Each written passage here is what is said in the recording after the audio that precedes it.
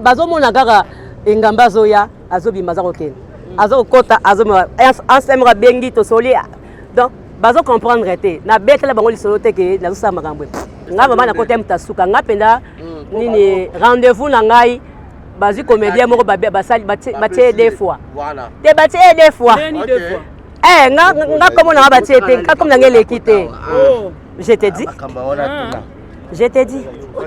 nga comme na ngai bimité voilà donc comédien wana batie kombone deux fois na place à combo na nga et écoutez na rendez-vous nga bi papa likamuni na ngai bandio seka abandio seka donc nga po na nga na ebeka ke bon na soki ko sala mesala mi soki sala maté et sala mité comment décourager ton dernier non décourager te mais na mona tango soki ko sala mesala ni soki ko sala maté et sala mité po na nga ngwana na mona tango bizarre. Après, bah, na moi papier message à rendez-vous et il y a récupérer ba document. Depuis to kindaki, na moi benga na tanti Gabriel. Ni na yo eza déjà prêt. Et ba binanga eza déjà prêt. Ba linga msupe to zakina bango.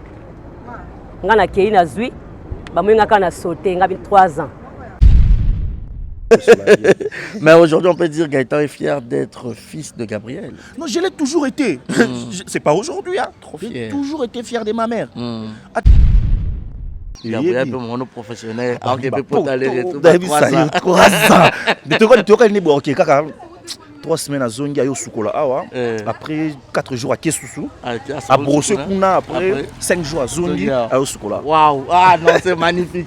Mais quels sont tes sentiments déjà par rapport au joueur ou à Gabriel a vu visé à 3 ans et ça? Oh, un sentiment de joie, de plaisir. En fait, le travail a payé. Du nouveau à Brazzaville, le salon de beauté Kams Beauty propose et dispose pour toutes les femmes du Congo-Brazzaville et ainsi que de la République démocratique du Congo. La coiffure professionnelle, la pose perruque, l'onglerie, manicure et pédicure, le make-up professionnel pour toute manifestation, la soirée ainsi que la journée. Et la vente de perruques, la vente de produits cosmétiques et divers. Le salon de beauté Kams Beauty se situe sur 123 rue Ampère Bakongo.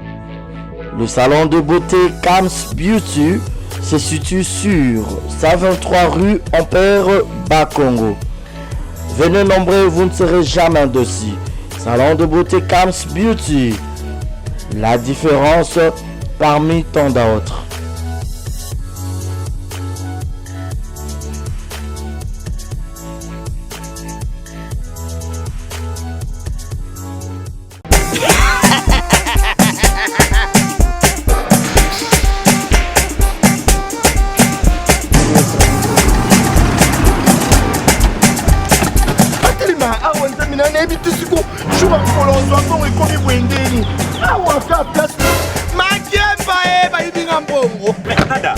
Qu'est-ce qui se passe?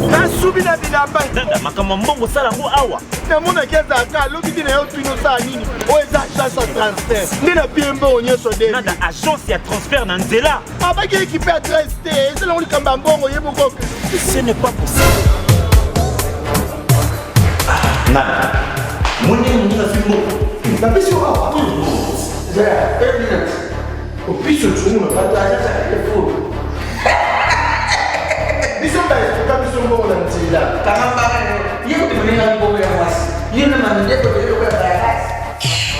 Bana okatanga pe ya bipai na bipai ya sika eye lelo ndenge tozala baboye agence na bino ya sur FBT ekomi na adresse ya sur chef Katanga numéro 5 entre Njamena na Kambo.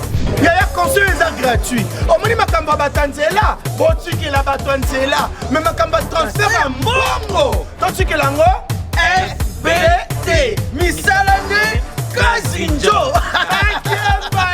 Koko che. Azui. Soki pa kona ba che. Tozui. Baso akaka. On sait jamais. Yama mini. Toki.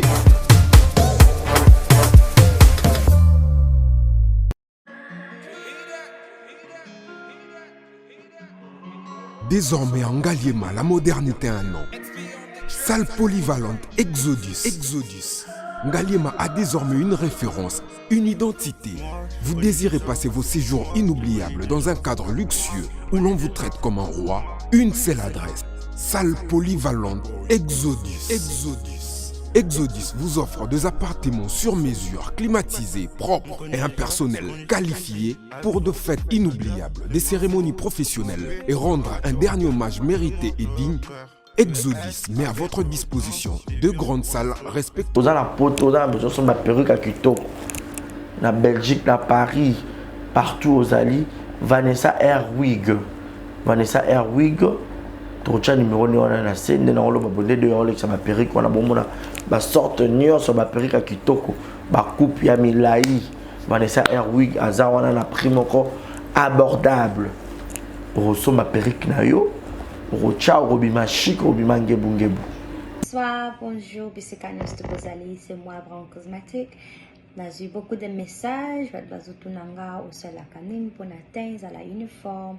Donc, n'a pas là, Sabino, Oyo, et Zamafuta, ou Namukona Sailaka, et Telisaka, et Zapona teint clair, bagam, différents, et caramel, métis, chocolat, pour maintenir caca, crème, yama beaucoup, ezali, crème, yaba lèvres rose, ezali, donc, n'hésitez pas à contacter sur WhatsApp. Merci beaucoup, à bientôt. Bazomona kaka engamba zoya azobima zakoken. Azokota azoma ensemble bengi to solia.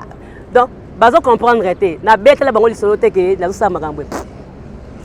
Donc moto ayeba ka neve na to tambola kana yimta aketika kana ba maison Schengen. To ba rendez-vous ye kam tayebaki. OK. Na gaeta yepa yebaki na bombaki na ngai. Na bomba qui n'a pas penza. Mais Yagabi, une question, c'est que sur la bio côté de l'ambassade nous avons développé à jouer visa. Nga mama na côté mtasuka nga penda nini rendez-vous na ngai bazi comédien moko basali batie deux fois. Voilà. Te batie deux fois. Nga comme na batie te comme na ngele kité. Je te dis. Je te dis. OK. Nga comme na ngai bimité. Voilà. Donc comédien wana batie comme deux fois. Na place à combo na nga. Eto kute na rendez-vous ngabi papa, likamuni na ngai. Bandio seka. Abandio seka. Donc nga po na nga na ebeka ke bon. Na soke ko sala mesala, mi sope sala maté et sala mité. Comment décourager ton dernier? Non, décourager te mais na mona tango soke ko sala mesala ni. Soke ko sala maté et sala mité po na nga ngwana. Na mona tango bizarre. On a déjà préparé ezwa maté. To kende. Donc après nous avons en satin de rendez-vous. Nous avons rendez-vous et nous avons pratiqué ngambé ba poser des questions, répondre bien na salle formulaire na bien tout. Voilà. Après ba na moi papier message à rendez-vous et ya récupérer ba documents. Ndé to kindaki na moi ba benga na Tanti Gabriel ni na yo eza déjà prêt. Et ba binanga eza déjà prêt. Balinga msupe tozaki na bango nga na kei na zui bamoyinga kana sauter nga 3 ans nde omoni to sauter to yamba na bengambe wana balinga msupe bazalaki wana ti yo ouais to sauter ka rendez-vous moko oui OK po ba yebisi bango bo bino bozonga na après midi ni na bino ya na après midi à ma grande service ba benga nga ya biso ebimité donc nga linga nde toza boy toza ensemble délégation sala kitoko mi ke ozala yo moko comprendre mais ndé bakotisi nini on est ekobima et bima Déjà un message pour un spectacle les samedi. Ouais, spectacle na Maribel, baton de belé wana, batumba love, batumba chou, baya ba mibange baya. Les abakou il fallait toza na yo pe kuna te. Il président Sabinga le moyen te. Donc batonda yaka okuta ngai. Il faut le faire quand même ba rendez-vous nyonso boza nango. Na ba spectacle MK na otinde la bino ba vidéo ba rendez-vous na otinda na otinde la bino show ezate tolo ke ndependa na mo fo achanga na valise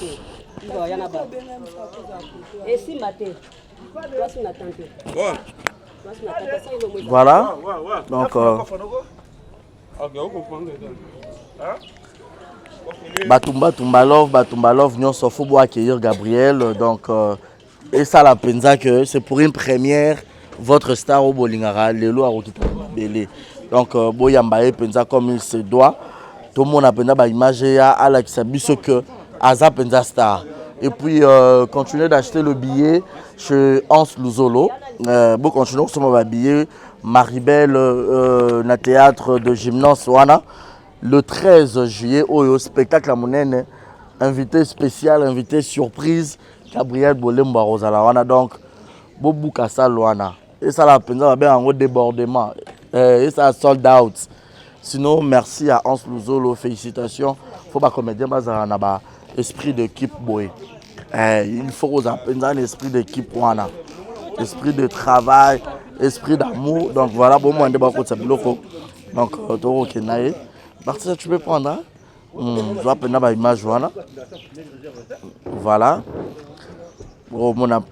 Pour ça, il y a valise, il y a indépendant Paris. Ah, ngaye. Ah, président Mobutu, hein? Voilà, président Mobutu par exemple accompagné à Gabi dans l'aéroport. Donc, Bissonio Sotori érotique à peine. Place des alatés, wapi? Place des alatés, la voiture. On a la voiture. Na Paris, on a eu l'anzelo. On a côté zate.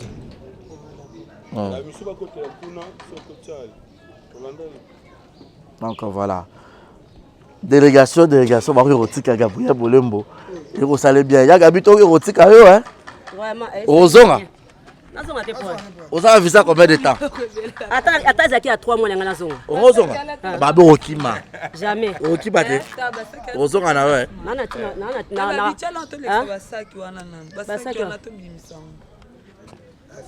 Vous avez dit non Okima te. Gabriel bien. Congo pour mbongo na zona Congo. On a nelo comme ça là te. Na bisao.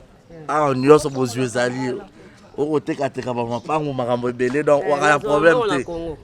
On a poto. Na poto on a nelo na sala te.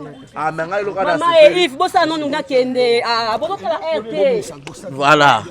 Ko ti ko sa biloko nanu ko. Ah. Il y a une machine. Comprenez, hein, pour n'emballer, vous sommes pas OK pour rater vol. Donc, faut toquer. 9h, ok, tu as raison, ouais. Par rapport à ma bouteille, j'en dis là. D'accord. Voilà.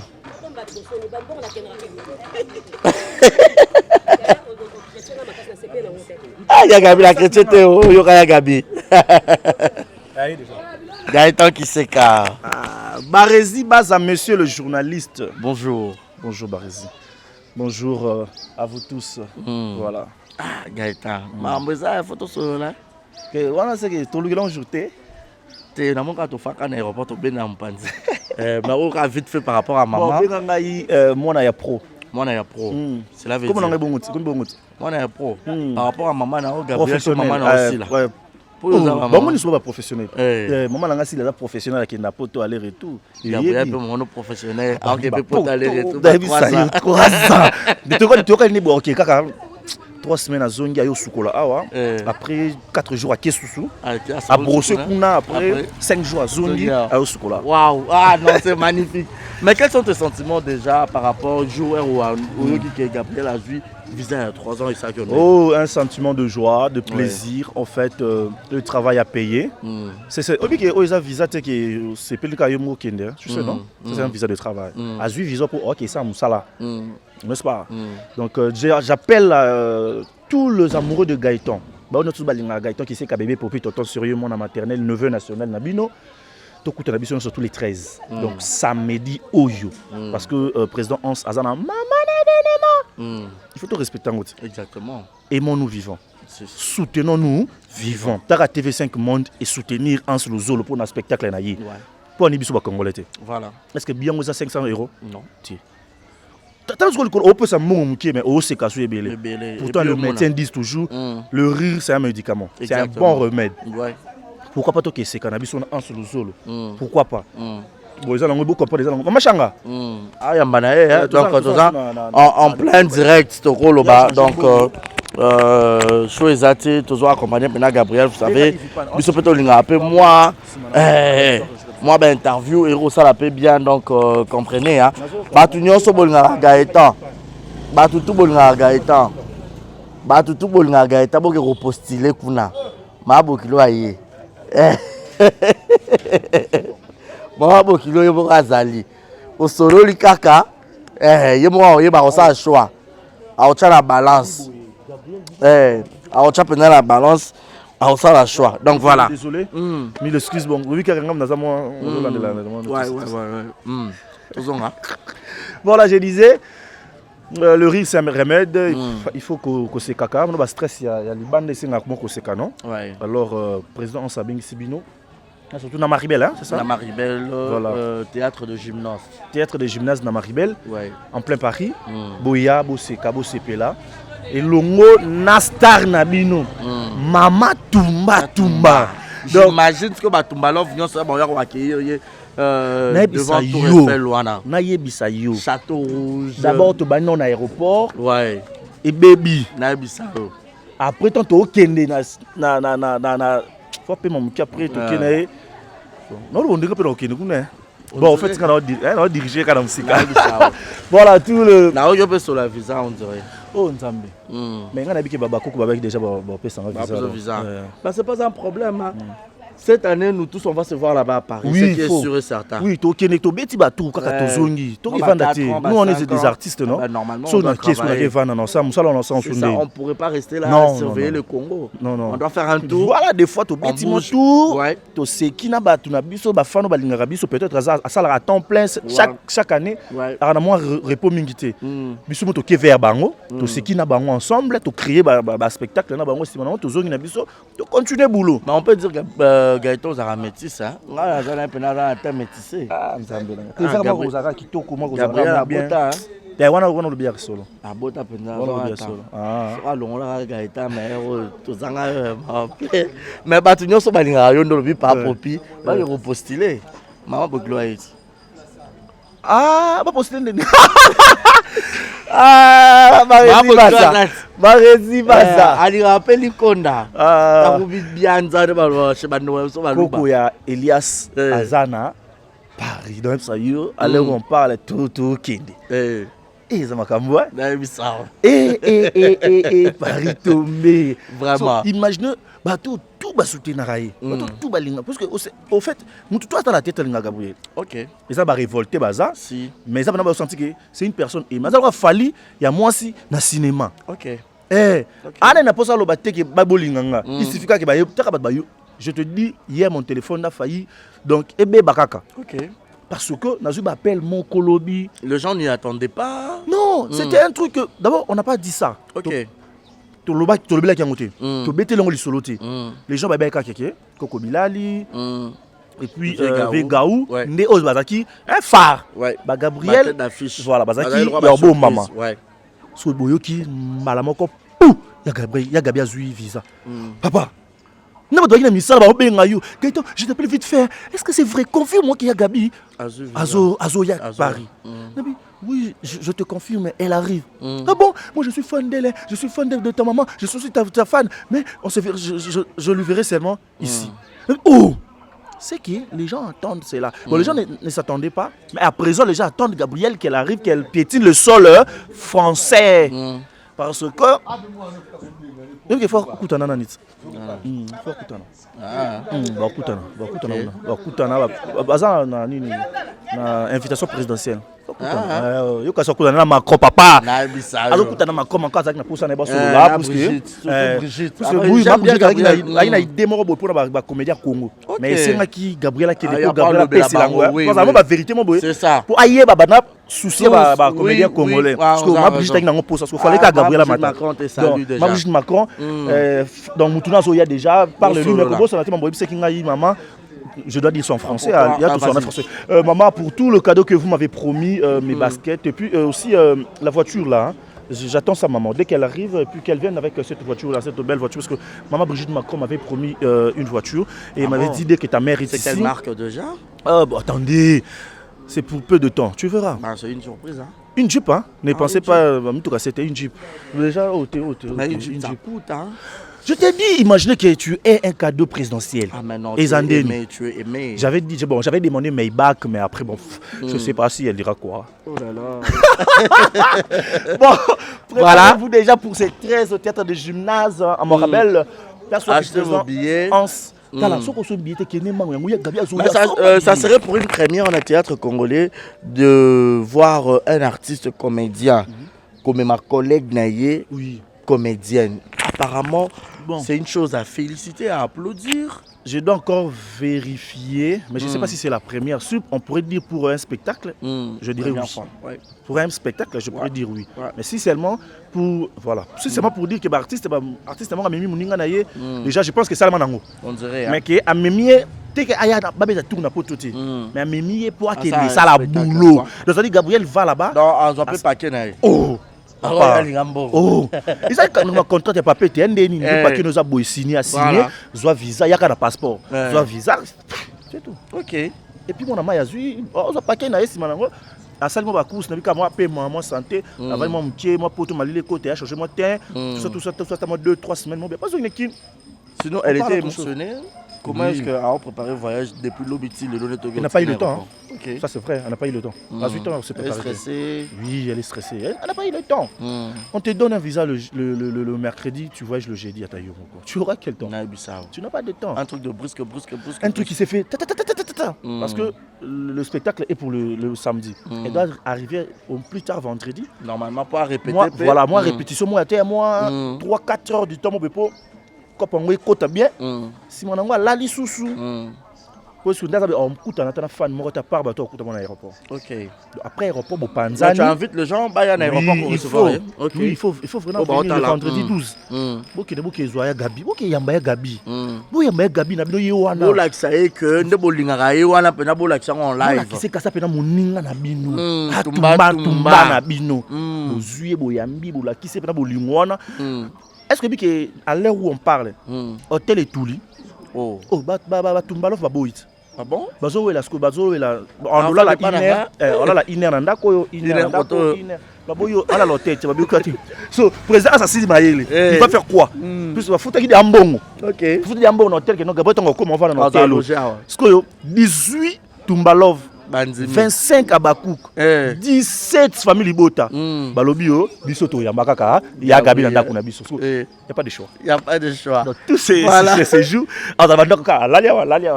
voilà, mais président Mobutu a souligné une chose à Abi. Président Mobutu, Abi, vous avez prié, surtout la prière. Abi. Pourquoi il y a président Mobutu au fait, d'abord, à tout Seigneur, à tout Seigneur, tout honneur, Cédric.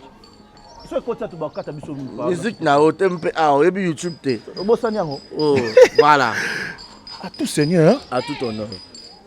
Nzambende. Il y en a tant.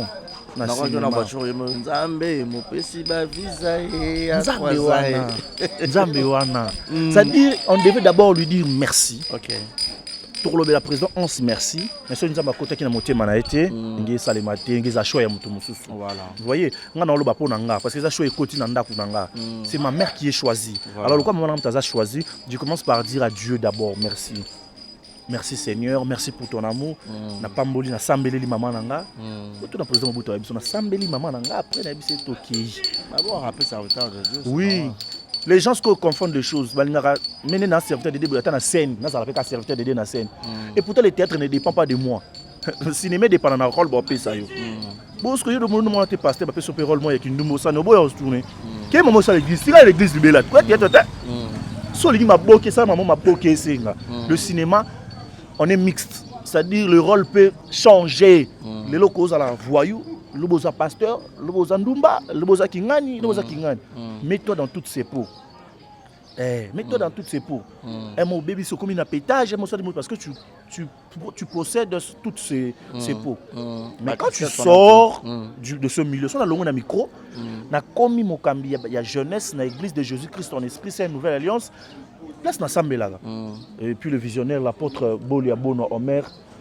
Apôtre prophète, merci beaucoup papa pour vos prières. Et maman Lily, la première prophétesse, ma mignonne depuis Paris, Nekono Azoya, ma mignonne Nekono Azoya. Papa Nanga Prof Tito, Ndeko moi c'est Azoya, donc voilà. Voilà, je te laisse parce que tu continues un peu à reporter un peu ce Penambon. Ah, problème, toi tu es mon frère, un peu cela. Mais aujourd'hui, on peut dire Gaëtan est fier d'être fils de Gabriel. Non, je l'ai toujours été. C'est pas aujourd'hui, hein. Trop fier. J'ai toujours été fier de ma mère. Attends. Après tous les insultes qui viennent sur le réseau, ouais. Il panne. Avancer. Allô? Donc comprenez, hein, délégation est à moi belé. Moi je dis souvent, il faut une analyse sur le plateau tout solo là, parce que Gabriel a été. Babini Togene. Cédric Toké. Togene. Voilà, Voilà, Toké. Cédric Toké. napesi dans mbote na lycée Mwengi moi ça pemba ngengisa en France napesi mbote na Saint Nicolas mobala mulaya yo kasola mabele te na bana poto nyonso napesi mbote na Asi Luzolo mbote no vraiment c'est bon bonde ça la nzamba pambola voilà ba sentiment nous en ni kota la collègue na yo Gabriel Lelo a joué visa il y a 3 ans à aucun à Paris te salinga plaisir makasi na komisina liboso nzambe po makambo nde komo fongwama na biso ba artiste omoni boye malamu moye mutu pa kima na poto ezala te parce que ça na 3 ans na ye donc Congo ezo évoluer muke na ba makambo mususu osomona donc voyage à Gabi bolembo salinga ki plaisir makasi on a ba na ticket na aéroport donc sali bien makasi parce que Gabi aza artiste moi makasi na mboka donc esenga ikaka akende voilà. Voilà, il s'est Kende. Et l'on est au Gabriel, et l'on est au la pénale à Paris. Et l'on est au Topé Saka Nzambe, merci. À mon atamou Mbokango. Tu peux venir. À mon Mbokango. Donc, Mboko au comité, moi, tu es mon ami, on va faire l'émission. Place ma pâté, quoi, y a raté. Donc, il y a Gabi Lelo. À Hollande à Paris. Dans le Baka, on a vu chaque chose à son temps. Laissons autant. Aujourd'hui, ils attendent à Gabi. Bandeko, Tozaka, Motema Mabete. Ce qui m'a dit, moi, 3 ans, il y a place aux alobas, gloire à Jésus. C'est ça. Parce que tous nos personnes, et qu'il y a chaque chose à son temps. Les loya Gabi, lobby yo, lobby Moutounioso. Donc c'est bon, il y a Gabi, bon voyage. Donc, Nzamba Pambolo, ça va se jouer bien à Ozonganaï. Voilà, merci beaucoup, Président Mobutu. Rosa, Président, on a un exemple de photo sur la Président Massolé Belé. Là-bas, comme on peut vivre. On est surtout au type qu'on a à Luanda, maman, Moïne de Pézalaki.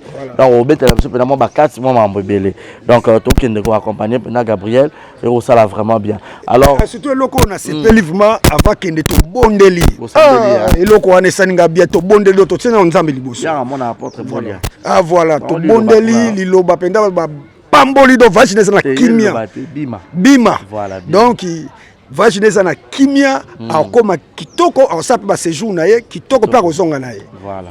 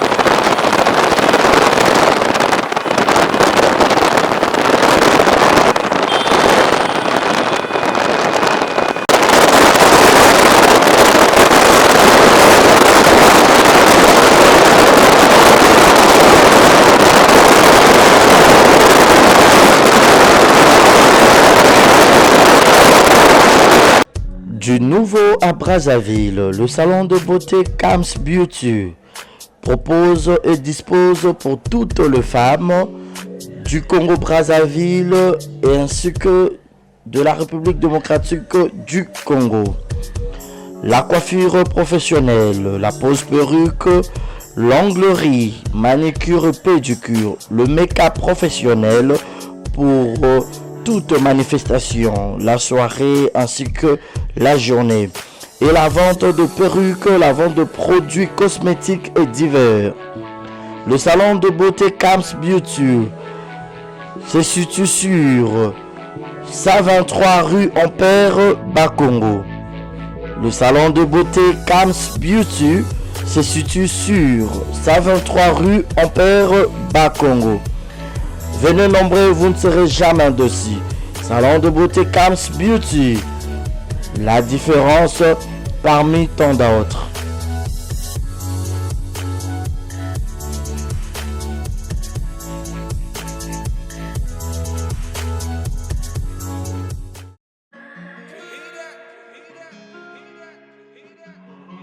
Désormais en Ngaliema, la modernité a un nom. Salle polyvalente Exodus. Ngaliema a désormais une référence, une identité.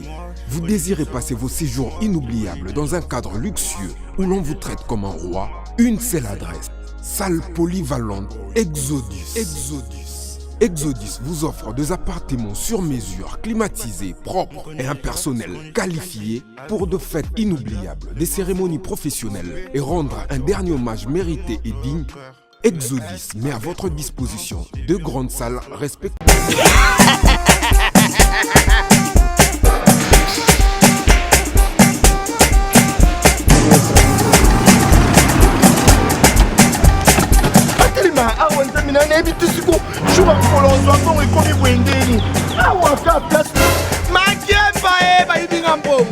Nada, qu'est-ce qui se passe? Nada, makamambongo salango awa.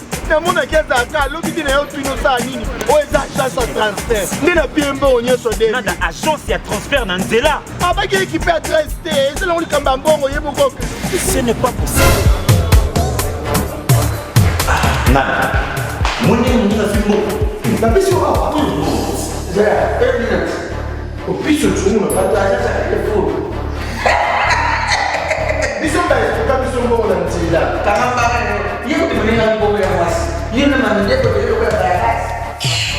bana okatanga pe ya bipai na bipai ya sika eye lelo ndenge tozala baboye agence na bino ya sur FBT ekomi na adresse ya sur chef katanga numéro 5 entre Njamena na Kambo. Yaya conseil est gratuit. Omoni makamba batanzela, botikela batanzela, mais makamba transfert ya mbongo. Totikela ngo FBT. Misalane Kazinjo. Koko che. Bazui. Soki pe kona bache. Tozui. Bazwa kaka. On sait jamais. Yama mini. Tokie.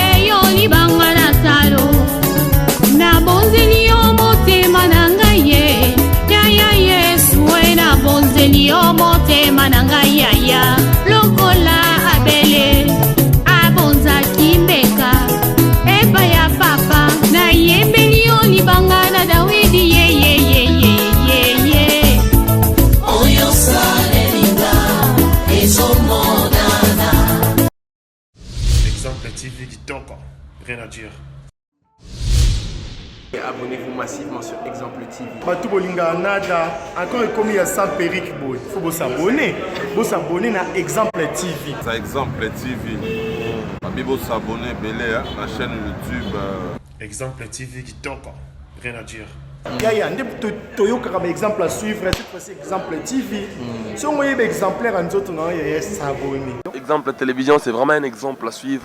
Il n'y a pas de polémique, il n'y a pas de conneries, il n'y a pas de... C'est vraiment... Il y a dans la lignée, il y a dans la nzela.